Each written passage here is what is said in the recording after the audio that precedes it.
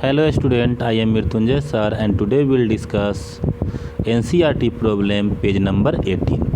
देखो बाबू NCERT page number 18 में एक प्रॉब्लम है जिसमें आइडेंटिफाई करना है आपको acidic solution, basic solution and neutral solution. Distilled water को न्यूट्रल ही कहते हैं, न्यूट्रल सॉल्यूशन भी कह सकते हो और डिस्टिल्ड वाटर भी कह सकते हो। तो न्यूट्रल सॉल्यूशन को आइडेंटिफाई करना है किसके बेसिस पे, किसके थ्रू? तो रेड लिटमस पेपर के थ्रू। तो एक कंसेप्ट पहले देख लो, फिर से याद कर लेना। आपको मैंने कंसेप्ट पढ़ाया था ब्रा में क्या पढ़ाया था कि blue litmus solution turns to red is known as acid. मतलब रेड लिटमस सॉल्यूशन अगर हो रहा है, रेड लिटमस पर रेड हो जा रहा है तो सॉल्यूशन कैसा है? एसिडिक है। तो रेड अगर है उस पर अगर हम एसिड ही डालेंगे तो कोई चेंजेज नहीं होगा, वो रेड का रेड ही रहेगा, कोई कन्फ्यूजन नहीं। लेकिन अगर रेड से ब्लू कन्वर्ट हो जा रहा है तो वो क्या हो जाएगा? एसिड के जगह पर वो क्या कहलाएगा? बेस कहलाएगा। तो आइए पहले इसको कंटिन्यू करते हैं। क्वेश्चन क्या दे रहा है? You have been provided with 3 test tube. One of them contains distilled water and the other 2 contains an acidic solution and a basic solution respectively. If you are given only red litmus paper, how will you identify the contents of each test tube? तो बाबू थोड़ा ध्यान देना, था answer पे ध्यान देना। Red litmus solution है तो जिस ड्रॉप लेंगे वाटर का, वाटर कहते हैं, हाँ वाटर का ही ले लो, डिस्टिल्ड वाटर का, एसिडिक सॉल्यूशन का और बेसिक सॉल्यूशन का।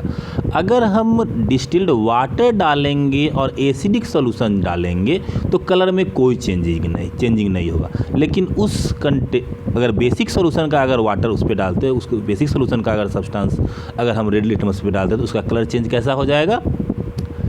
ब्लू हो जाएगा। तो इस तरीके से अगर हम लोग क्या कर सकते हैं, एक को एलिमिनेट कर दिए। यहाँ पे जो सॉल्यूशन रेड लिटमस पेपर को ब्लू कर दे वो क्या हो जाएगा? बेसिक सॉल्यूशन हो जाएगा। देखते जरा सा आंसर क्या लिखा है। If the colour of red litmus paper gets change to blue then it is a base. If there is no change in colour then it is either acidic और neutral. Thus basic solution can be easily identified. मतलब basic solution तो identify हो गया, लेकिन अब problem कहाँ पे आ रहा है? प्रॉब्लम आ रहा है एसिडिक सॉल्यूशन और न्यूट्रल सॉल्यूशन में। तो इसके लिए अब क्या करें? तो मैंने आपको बताया है कि एसिड प्लस बेस अगर मिलाएंगे तो क्या हो जाएगा? न्यूट्रलाइजेशन रिएक्शन हो जाएगा। करेक्ट है, आपको याद होगा। तो एसिड और बेस अगर मिलाएंगे तो क्या होगा? न्यूट्रलाइजेशन रिएक्शन होगा। लेकिन अगर हम लोग डिस्टिल्ड वाटर डालेंगे उसमें तो कोई चेंजिंग नहीं आएगा। तो अब देखते हैं क्या करना है यहाँ पे। Let us mark the test tube A B C and drop off a solution A is put on the red litmus paper. Same repeat with the solution B and C. वैसा ही बी और C पर भी डालेंगे। If either of them colour change blue then it is basic. Correct है, जिसका colour blue हो जाएगा वो क्या है? बेसिक सॉल्यूशन है। Therefore, out of 3, 1 is eliminated. Out of remaining 2, any one can be acidic or neutral. तो दोनों में से कोई एक एसिडिक हो सकता है या फिर कोई neutral. Now a drop of basic solution mixed with drop of each of remaining 2 solutions separately. दोनों में सेपरेटली क्या करेंगे? मिक्स करेंगे सब्सटेंस को। मतलब एक तो बेसिक हो गया, बेसिक वाले को अलग रखें और एसिड वाले मतलब दो जो बीकर है, बी और सी है, उसको ए में क्या करें हम लोग? मिक्स करें।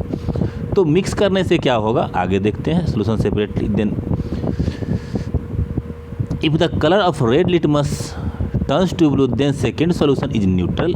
If there is no change in colour then the solution is acidic.